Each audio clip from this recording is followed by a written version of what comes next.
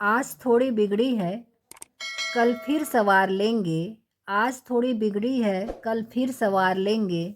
ये ज़िंदगी है जनाब, जो भी होगा संभाल लेंगे। हेलो स्टूडेंट, आज मैं आपको फिर से एक बार हिंदी का राष्ट्रीय गौरव, जो कि आपके तृतीय वर्ष यानी पंचम सेमेस्टर में है, उसके पाठ्यक्रम से कवि भूषण को लेकर आई हूँ, जो वीर रस के कवि जो है माने जाते हैं। और ये शिवाजी जो आपके पाठ्यक्रम में है, इसमें जो पद है उसमें शिवाजी के शौर्य की प्रशंसा करते हुए वो क्या कहते हैं, ये मैं आपको बताने वाली हूँ। साथ ही ये भी बता दूं कि भूषण का जन्म जो है वह 1613 ईस्वी के आसपास यमुना तट पर स्थित त्रिकापुर जिला कानपुर में हुआ था। तो आज मैं आपको बताती हूँ भूषण की जो पद है जिसमें इन्होंने शिवाजी के गुणों का गुणगान किया है। इंद्र जिमि जंभ पर, बाणों सुअंभ पर, रावण सदंभ पर, रघुकुल राज है। ध्यान दीजिएगा, भूषण वीर रस के कवि माने जाते हैं और यह काव्यांश जो है वह शिवराज भूषण की काव्य रचना से लिया गया है।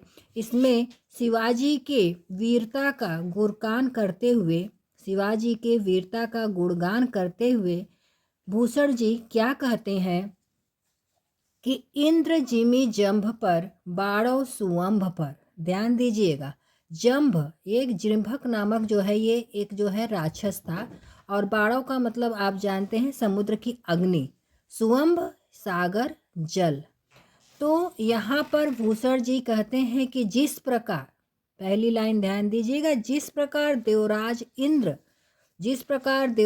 इंद्र जृंभक, ये जृंभक नाम के असुर का संहार किया था, और बाणों सुअंभ पर जिस प्रकार बड़वाग्नि जो है बड़वाग्नि यानी समुद्र की जो अग्नि है वह सागर को जला देती है। आगे क्या कहते हैं, रावण सदंभ पर रघुकुल राज है, और जिस प्रकार रावण का रघुकुल राजा कौन, राम ने संहार कर दिया था, उसी प्रकार शिवाजी ने भी मुगल सैनिकों का संहार किया था। आगे, पौन बरी बाह पर, शंभु रति नाह पर, ज्यो सहस्त्र बाहु पर, राम द्विज राज है। पौन बरी बाह पर, पौन मतलब पवन हवा, वारी बाह मतलब जल धारण करने वाले जो मेघ होते हैं। आगे भूषण जी क्या कहते हैं कि जिस प्रकार वायु मेघ को, ध्यान दीजिएगा, जिस प्रकार वायु जो है, पवन मतलब वायु जो है मेघ को, और शंभु रतिनाह पर, शंभु यानी शिव जी जो है, रतिनाह यानी कामदेव को, फिर आगे क्या कहते हैं, ज्यो सहस्त्र बाहु पर राम द्विजराज है, और सहस्त्र बाहु को जिस प्रकार राम द्विजराज यानी परशुराम भस्म कर देते हैं। अब इस दोनों लाइन का अर्थ आप देखिए, इस दोनों लाइन का अर्थ आपका क्या रहेगा कि जिस प्रकार वायु मेघ को और शिव जी कामदेव को, तथा परशुराम राम द्विजराज परशुराम सहस्त्रबाहु को क्या कर देते हैं, भस्म कर देते हैं। आगे फिर उसे लिख दीजिएगा कि उसी प्रकार शिवाजी ने भी युद्ध में मुगल सेना को भस्म कर दिया था। आगे, दावा द्रुम दंड पर, चिता मृग झुंड पर, भूषण बेटुंड पर, जैसे मृग राज है। दावा द्रुम दंड पे आगे देखिएगा, दावा द्रुम दंड को जिस प्रकार वन में स्वयं उत्पन्न होने वाली अग्नि, ध्यान दीजिएगा, जिस प्रकार वन में स्वयं उत्पन्न होने वाली अग्नि जो है वृक्षों को जला देती है, द्रुमदंड वृक्षों को जला देती है चिता मृग झुंड पर, और साथ ही चिता मृग झुंड पर हिरणों के झुंड को समाप्त कर देते हैं। भूषण वितुंड पर जैसे मृगराज है। साथ ही फिर उन्होंने कहा है कि शेर जो है, वितुंड मतलब हाथी होता है, शेर जो है हाथी को मार डालते हैं, उसी प्रकार आगे फिर आप वही लिखेंगे कि शिवाजी भी अपने शत्रु पक्ष को मार डालते हैं। तेज तम अंश पर, कान्ह जिमि कंस पर, त्यो मेलमेंछ वंश पर, शेर शिवराज है। यहाँ पर जिस प्रकार तेज तम अंश का मतलब होता है अंधकार का जो समूह होता है, तो जिस प्रकार सूर्य जो है जिस प्रकार सूर्य अंधकार को, और कान्ह जिमि कंस पर श्री कृष्ण क्या है, कंस को नष्ट करने वाले हैं। उसी प्रकार मलमच्छ वंश मतलब मुगल वंश के लिए सिंह, शेर मतलब सिंह की भांति आने वाले जो माने वाले जाते हैं वह कौन है, शिवाजी हैं, जो मुगल वंश का संहार करने में सक्षम है। ध्यान दीजिएगा, इसमें वीर रस है और ओज गुण है।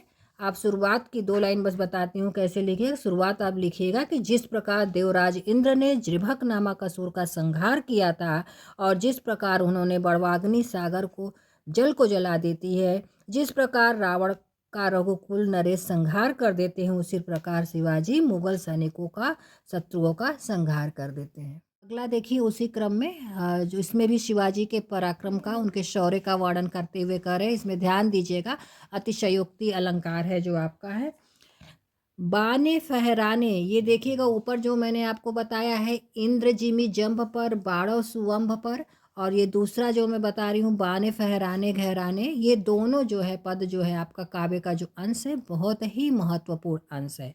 अब ये दूसरा देखिए, बाने फहराने घहराने घंटा गजन के, नाही ठहराने राव राने देश देश के। आपका प्रसंग वही रहेगा, शिवाजी के शौर्य पराक्रम का वर्णन किया गया है। बाने फहराने झंडे, जैसे ही शिवाजी के जो है झंडे फहराने लगे और घंटा गजन के, गजन मतलब हाथी, और हाथियों के गले में पहने जाने वाले घंटे जो है बजने लगे। पहला लाइन फिर से देखिए, बाने फहराने, शिवाजी के जो है बाने यानी झंडे फहराने लगे और घंटा गजन के, हाथियों के गले में बंधे हुए घंटे जो है ध्वनि करने लगे। तो क्या होता है, ना ही ठहराने राव राने देश देश के, जो भी जो है विभिन्न देश के जो राजा थे वो ठहराने एक पल के लिए भी नहीं ठहर पाते। क्यों, जैसे ही शिवाजी के झंडे और फहराने लगे, साथ ही हाथियों के गले में बंधे हुए घंटे बजने लगे, तो उससे क्या होता है कि जो विभिन्न देश के राजे महाराजे हैं वो एक पल के लिए ठहर नहीं पाते हैं। नग भराने ग्राम नगर पराने सुने, नग भराने, और साथ ही शिवाजी की सेना जब प्रस्थान करने लगी तो उससे क्या होते हैं, नग, ये जो पहाड़ होते हैं बड़े से बड़े पहाड़ वो टूट जाते हैं। ग्राम नगर पराने सुने, और गांव नगर के लोग क्या होते हैं, पराने सुने, वो भागने लगते हैं उनके नगाड़ों की ध्वनि को सुनकर। बाजन निशाने शिवराज जो नरेश के, हाथिन के हौदा उकसाने कुंभ कुंजर के। आगे क्या कहते हैं, बाजन निशाने, जो शिवाजी के नगाड़ों की जो ध्वनि होती है, शिवराज नरेश के यानी जो शिवाजी के नगाड़े की जो ध्वनि होती है, उसे सुनकर क्या होता है, ऐसा लगता है कि जैसे हाथिन के हौदा, जो शत्रु सेना के हाथियों पर जो बंधे हुए हौदे होते हैं वो कैसे खुल जाते हैं, ऐसे लगते हैं। कुंभ मतलब घड़े, जैसे हाथियों के ऊपर जो है वह घड़े रखे हुए हैं। भौन को भजाने अली छूटे लटकेस के, दल दरारन के कमठ करारे फूटे। भौन को भजाने, भौन मतलब होता है मकान। तो जो शत्रु देश की जो स्त्रियां रहती हैं वो अपने भवनों की तरफ जाने लगती हैं, भौर को भजाने। तो जो शत्रुओं की स्त्रियां होती हैं वो अपने भवन की ओर जाने लगती हैं, भागने लगती हैं। तो अली छूटे लट केस के, उनके केस कैसे लगते हैं, उनके जो घुघराले बाल होते हैं, अली छूटे लट केस के, अली मीन्स भौरा होता है, तो उनके जो घुघराले बाल होते हैं वो ऐसे उड़ते हैं कि मानो ऐसा लगता है कि मानो जो है काले रंग के जो भौरे होते हैं, देखिए अतिशयोक्ति अलंकार, जो काले रंग के भौरे होते हैं ऐसा लगता है कि झुंड के झुंड जो है उड़े चले जा रहे हों। दल दरारन वे कमठ करारे फूटे, कमठ, कमठ का मतलब होता है कछुआ। और शिवाजी की सेना के चलने की वजह से ऐसा लग रहा है कि जैसे कि कछुए की जो कमठ होता है, जो कछुए की पीठ है वो भी टूटने लगी है।